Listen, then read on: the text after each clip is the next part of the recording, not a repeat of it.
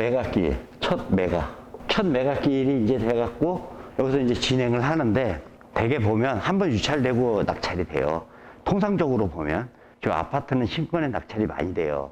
지금 현재는 옛날하고 패턴이 틀려졌어. 옛날에는 부동산이 이렇게 잔잔하게 오르고 잔잔하게 떨어지고 옛날엔 그랬는데 지금은 오르면 픽 이렇게 올라. 그리고 떨어지면 요만큼 떨어져. 또 다시 픽 올라. 떨어지면 요만큼 떨어져. 그래서 주기가 굉장히 짧아졌어요. 그러니까 판단을 빨리 하셔야 돼. 지금은 옛날처럼. 그래서 일반 사람들이 그 상투 잡는다 그러죠. 상투 잡는 사람들이 그렇게 많을 수밖에 없는 게 판단이 늦어. 갈 것 같다 그러면 그냥 무조건 가야 되는데 안 갈 것 같으면 그냥 안 가야 되고. 근데 갈까 말까 이게 계속 올라가고 있는데 갈까 말까 막 하고 있다가 가야 될 것 같아. 내가 가면 이제 상투야. 그때 이미 늦은 거야. 그리고 또 지금은 조금 빠지고 있어요. 지금 좀 빠지고 있어가지고 근데 경매는 정확해. 그래서 여러분들이 경매를 이제 아까 그 두인 경매 사이트 얘기했잖아요.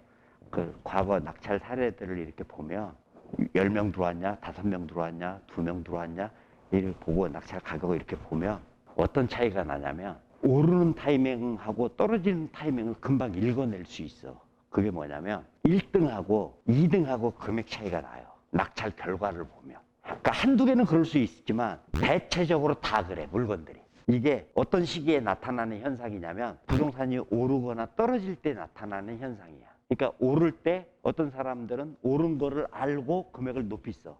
근데 그걸 못 쫓아오던 사람들은 금액이 낮아. 그래서 갭이 벌어져. 떨어질 때도 반대로 마찬가지예요. 그러니까 지금 이게 오르는 타이밍이냐 떨어지는 타이밍이냐를 금방 구별해낼 수 있다고. 근데 그게 이제 연습이 좀 필요하지. 이제 여기서 이제 100%의 진행을 한다고. 그래갖고 이제 아무도 안 사. 그러면 이게 이제 한번 떨어지잖아요. 70% 이렇게 떨어져. 그러면 이제 1회 유찰. 그래갖고 여기서 이제 진행을 해. 여기서 진행을 해서 여기도 만약에 아무도 안 샀어.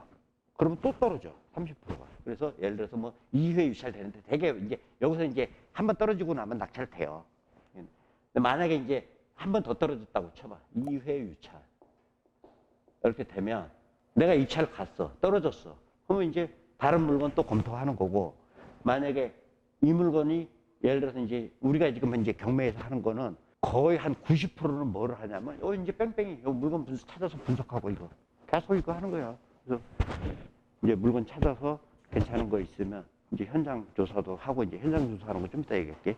예, 그렇게 해갖고 마음에 들면 또 입찰 보러 가고. 그래서 이제 입찰 보러 가. 그래서 이제 여기서 이제 입찰을 본다고 쳐봐. 이제 입찰. 당일 다 결정돼요. 인천 법원은 좋은 게 인천 법원은 매일 합니다. 매일 해요. 그러니까 일주일에 5일 동안 해. 그러니까 이제 여러분들이 공부 좀 하다가 법원 이제 실습 가서 구경도 한번 하셔야 돼. 그래서 이제 입찰 보고 낙찰이 되면 이제 낙찰이 안 되면 이거 뺑뺑이고 계속 이거 하는 거고 낙찰이 되면 여기 이제 중요해요. 여기 7일. 매각 허가 결정이라고 합니다. 매각 허가 결정. 요 7일인데 7일이 굉장히 중요합니다. 일반적으로는 낙찰을 오늘 만약에 받았잖아요. 오늘 받으면 낙찰 받고 나면 이제부터 사람 내보내고 막 이제 막 이런 걱정들이 막 많은데 그냥 집에 가면 돼. 끝이야. 할 일 없어. 낙찰 됐는데 앞으로 어떻게 해야 돼요? 그냥 집에 가 쉬어. 얼마나 쉬어? 일단 7일 쉬어. 그 대신 이게 평이한 물건 낙찰 받으면 그냥 쉬는 거고 그 대신 이제 여기 기간에서 뭐를 하냐면 크게 첫 번째가 이제 농지를 낙찰 받는 경우가 있어요. 농지 그러면 전, 닷, 과수원 3개야. 이렇게 3개. 닷, 논, 이거 과수원 이거 이렇게.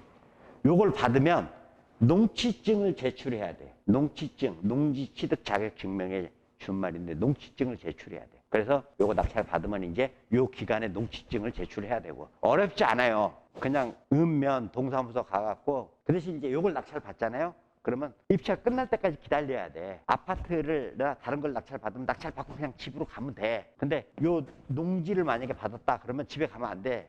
기다리고 있어야 돼. 끝날 때까지. 그러면 이제 농지 받은 사람들만 모아갖고 얘가 이제 그 최고가 매수 신고인 증명서를 하나 띄워줘.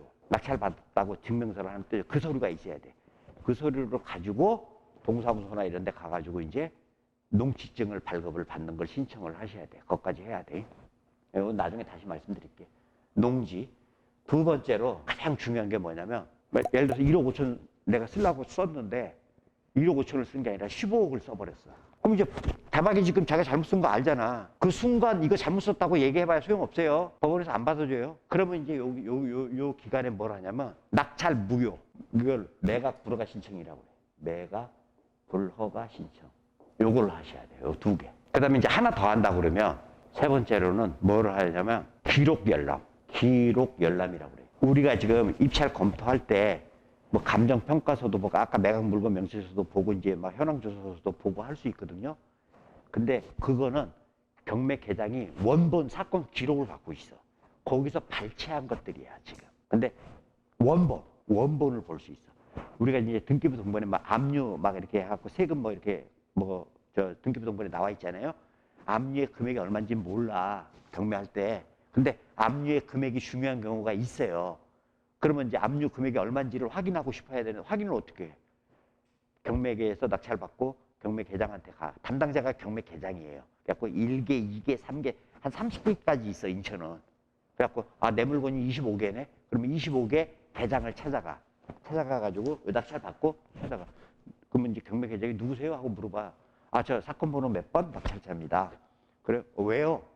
저 기록 열람하러 왔는데요. 그러면 신청서 하나 써갖고 오세요. 그러면 이제 열람 신청서가 있어. 그래서 써가지고 주면 기록 원본 이걸 내줘. 이거 찢어지면 안 됩니다. 거기다 뭐 쓰면 안 돼요. 막 그런 이제 얘기하고. 그러면 이제 그 기록을, 이제 이 기록이라는 게 뭐냐면 처음에 경매 신청했을 때부터의 서류가 시간상으로 쫙 정렬이 돼 있는 거야.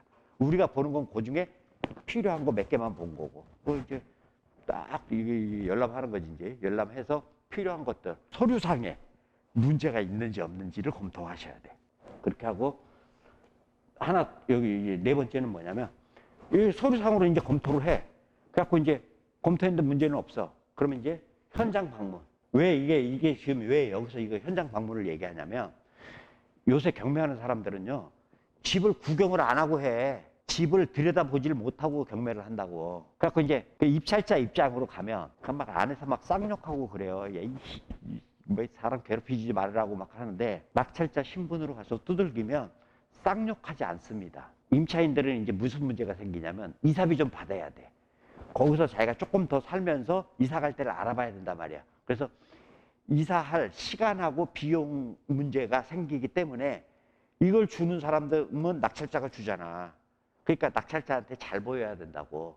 그래서 소리 질러거나 악쓰지 않아요. 절대로. 근데 이제 소리 질러거나 악쓰는 경우는 이제 둘이 갔는데 임차인이 가서 야, 나 이사비 1,000만 원 줘라. 임차인이 그래. 그러면 나 1,000만 원 줄 거야?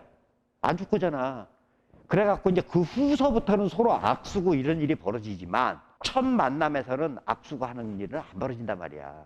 그래서 이제 여러분들도 이제 예를 들어서 뭐 음료수나 저 같은 경우는 이제 뭐 주스 박스 이런 거 하나 사가지고 가갖고 두들겨서 낙찰자라고 하고 집을 구경을 못해서 집 구경 좀 하고 가면 안 되겠냐. 그렇게 하면 대부분 그래 알았어 구경해. 그래갖고 이제 그때 이제 집을 보는 거지. 그래서 집에 문제가 있는지 없는지 정도는.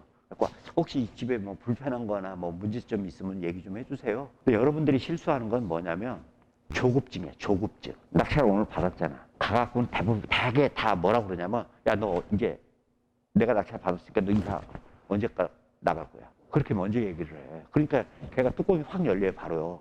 그래갖고 걔가 대박에 하는 얘기는 뭐냐면 걔는요, 우리보다 몇 배를 더 알고 있어요. 자기 집에 대해서 우리보다 몇 배를 더 알고 있다고. 경매가 진행되면 어떻게 되고 이런 거 다 알아본단 말이야. 손 놓고 가만히 있는 사람이 어딨어. 걔가 대뜸 하는 얘기는 뭘 하냐면 너 잔금 냈니? 하고 얘기해. 이게 낙찰을 받았다는 거는 일종의 계약이에요. 너 잔금 안 냈지? 네가 무슨 자격으로 와서 여기서 지금 나보고 나가라 말아라 얘기를 하냐? 잔금 내고 와. 꺼져. 그리고 문 닫아버려. 그러면 이제 얘는 이제 잔금 낼 때까지 그 집을 가 못 가? 그 집 못 갑니다. 그러고서 벌써 실객이 한 번 붙었죠? 그러면 잔금 내고는 또 쉽게 가? 그럼 못 가. 그래서 초보자들이 강제 집행을 많이 해요. 그게 다 조급증 때문에 그래. 하루라도 빨리 어떻게 제일 내보내려고. 근데 이 경매는 소유자가 만약에 점유를 하고 있잖아요. 기본적으로 2달 반 걸려요. 기본적으로. 임차인이 있으면 기본적으로 3달 반이 걸려. 그게 통상적인 경우야. 그러면 지금 봐봐요. 지금 낙찰 받았죠. 잔금 내려면 한 달 반 걸려. 잔금 내는 데만. 그리고 잔금 내고 나면 배당 기일 안에 그러면 한 달이야 또. 그러니까 요 안에 내보내면 통상적으로 진행이 된 거고 두 달 반이 넘어가면 늦게 되는 거야. 그러니까 두 달 반을 미니멈으로 두 달 반을 쪼개서 써야 된단 말이야.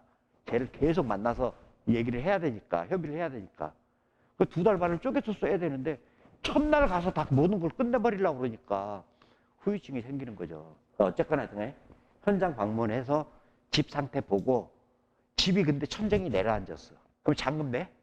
못 내잖아. 그러면 이제 그 천정 내려앉은 거를 양해를 구해서 사진 좀 찍어갖고 이거 사진 좀 찍을게. 이 집에 하자가 있구만요. 그래서 사진으로 찍어가지고 이제 뭘 해? 불어가. 낙찰 무효 신청을 하는 거지.